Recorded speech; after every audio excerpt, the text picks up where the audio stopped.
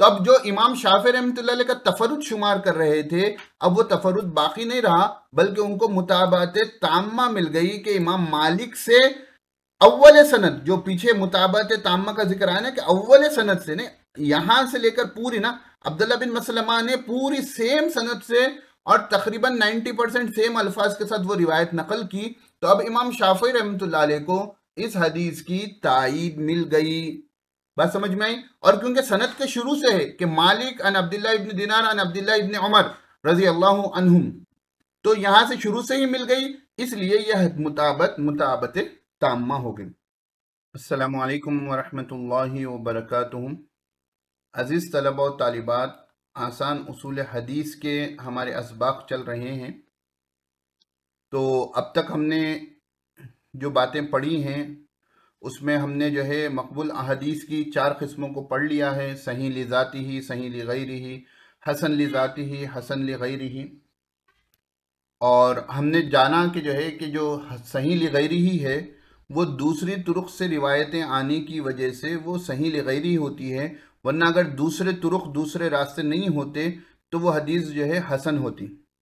اسی طرح ہم نے جانا کہ جو حسن لغیرہ ہے وہ اصلاً ضعیف روایت ہوتی ہے، لیکن متعدد طرق سے الگ الگ راویوں نے اسی بات کو نیریٹ کیا ہے، روایت کیا ہے، اس کی وجہ سے وہ روایت جو ہے حسن لغیرہ ہو گئی.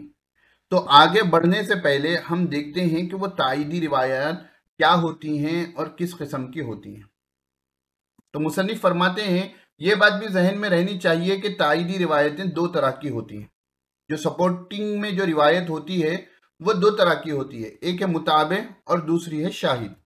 متابع وہ روایت ہے جو الفاظ میں اس کے مطابق ہو، یعنی جس حدیث کو ہم سپورٹ کرنے کے لیے روایت لائے ہیں تو متابع ایسی روایت کو کہیں گے جو الفاظ میں اس کے مطابق ہو. مثال سے ہم آگے سمجھیں گے، پریشان نہ ہو. اگر یہ متابع روایت اول سند سے اصل روایت کے مطابق ہو تو اس کو متابعت تامہ کہتے ہیں. یہ بھی جو ہے آگے مثال آ رہی ہے، انشاءاللہ آج ہی آئے گی، تو جب آپ کو بات پھر سے سمجھ میں آ جائے گی. تو متابع ایسی روایت کو کہتے ہیں جو الفاظ میں اس کے مطابق ہو. اور اگر یہ متابعت اول سند سے ہو، یعنی جو نیریٹر میں بیماری ہے وہیں سے سند کے شروع سے، یعنی پہلے ہی سننے والے جو نیریٹر ہوتے ہیں حدثنا کے، وہاں سے ہی جو ہے اگر مطابقت پائی جا رہی ہے تو وہ متابعت تامہ کہلاتی ہے. شاہد وہ روایت ہے جو معنی میں مطابقت رکھتی ہو. متابع کیا ہوتی ہے؟ جو الفاظ میں مطابقت رکھتی ہے، اور شاہد جو ہوتی ہے وہ معنی میں مطابقت رکھتی ہے. ٹھیک ہے نا؟ بات سمجھ میں آ گئی؟ شاہد بالمعنی روایت ہوتی ہے، ایک ہی مطلب کی دوسری روایت آئے گی، اور متابع جو ہے الفاظ میں مطابقت رکھتی ہے. دیکھ لیتے ہیں، آگے مثالیں آ رہی ہیں تو غور سے دیکھیں. ایک ہی حدیث میں متابعت تامہ، متابعت ناقصہ اور شاہد تینوں کی مثالیں جمع ہیں. ابن حجر عسقلانی رحمۃ اللہ علیہ نے یہ حدیث پیش کی ہے، تدریب الراوی سے میں اس کو یہاں نقل کر رہا ہوں. یہی حدیث کتاب میں بھی موجود ہے. تو ما رواہ الشافعی فی الام عن مالک عن عبداللہ ابن دینار عن ابن عمر رضی اللہ تعالیٰ ان رسول اللہ صلی اللہ علیہ وسلم قال الشہر 29 فلا تصوموا حتى تروا الحلال ولا تفطروا حتى تروه فإن غم عليكم فأكملوا العدة 30. امام مالک رحمۃ اللہ علیہ نے اپنی مشہور کتاب الام میں یہ حدیث لائی ہے کہ وہ مالک رحمۃ اللہ علیہ سے روایت کرتے ہیں، وہ عبداللہ بن دینار سے، وہ عبداللہ بن عمر رضی اللہ تعالیٰ عنہ سے، کہ اللہ کے رسول صلی اللہ علیہ وسلم نے یہ بات بیان فرمائی. خصوصاً آخری کا جملہ دیکھ لیجئے، فَإِنْ غُمَّ عَلَيْكُمْ فَأَكْمِلُوا الْعِدَّةَ 30. اگر تم پر ابر چھا جائے، ابر آلود ہو، مطلب ابر آلود ہو، تو 30 دن مکمل کر لو. یہ روزوں کے بارے میں ہے، شعبان کے مہینے کی بات ہے.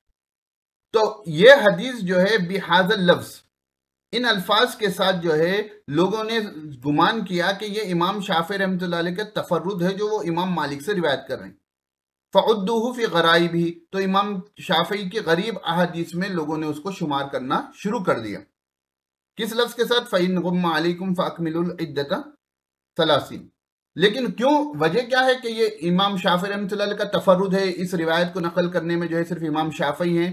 تو کہہ رہے ہیں کہ لِأَنَّ أَصْحَابَ مَالِكٍ، امام مالک کے جو دوسرے شاگرد ہیں امام شافعی کے علاوہ جو اس روایت کو نقل کرتے ہیں اسی سند سے، کیا سند سے کہ ان مالک ان عبداللہ ابن دینار ان ابن عمر، تو وہ جو ہے فَإِنْ غُمَّ عَلَيْكُمْ فَاقْدُرُوا لَهُ، جی تو امام مالک کے دوسرے شاگرد جو ہے جو اس روایت کو یا اس مفہوم کی روایت کو نقل کرتے ہیں تو فَإِنْ غُمَّ عَلَيْكُمْ فَاقْدُرُوا لَهُ ان الفاظ کے ساتھ نقل کرتے ہیں، اور امام شافعی رحمۃ اللہ علیہ کے الفاظ کیا ہے فَإِنْ غُمَّ عَلَيْكُمْ فَأَكْمِلُوا الْعِدَّةَ 30۔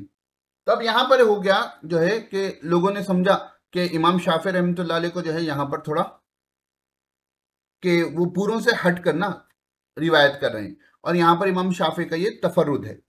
لیکن ہوا یہ کہ اس حدیث کے تینوں بھی جو ہے تائیدی روایتیں مل گئی، ایک متابعت تامہ کی مل گئی، ایک متابعت ناقصہ کی مل گئی، اور شاہد کی مل گئی۔ تو اب کیسے دیکھتے ہیں، چلیں متابعت تامہ دیکھو اچھے سے، اب یہاں سمجھ میں آئے گا متابعت تامہ کسے کہتے ہیں۔ حدثنا عبداللہ ابن مسلمۃ حدثنا مالک ان عبداللہ ابن دینار ان عبداللہ ابن عمر، اوپر کی روایت میں جاؤ، مالک ان عبداللہ بن دینار ان ابن عمر، یہ سند کو آپ تھوڑا یاد رکھ لینا، ٹھیک ہے نا۔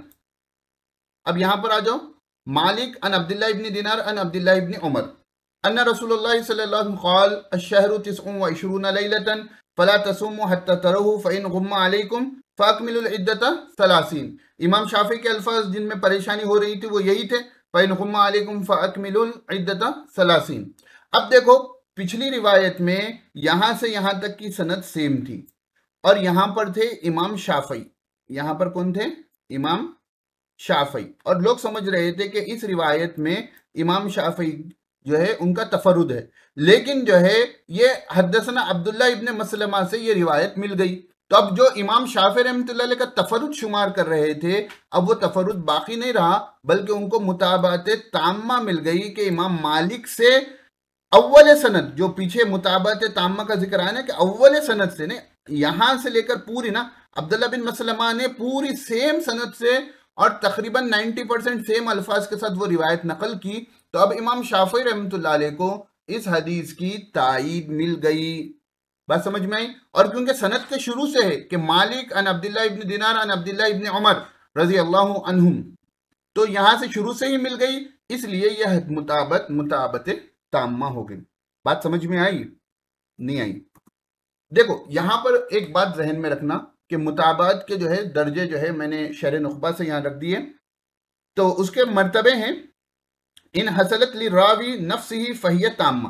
دیکھو امام شافعی کو جو ہے ان کے علاوہ جو ہے دوسرے کی متابعت مل گئی تو یہ متابعت تامہ ہو گئی۔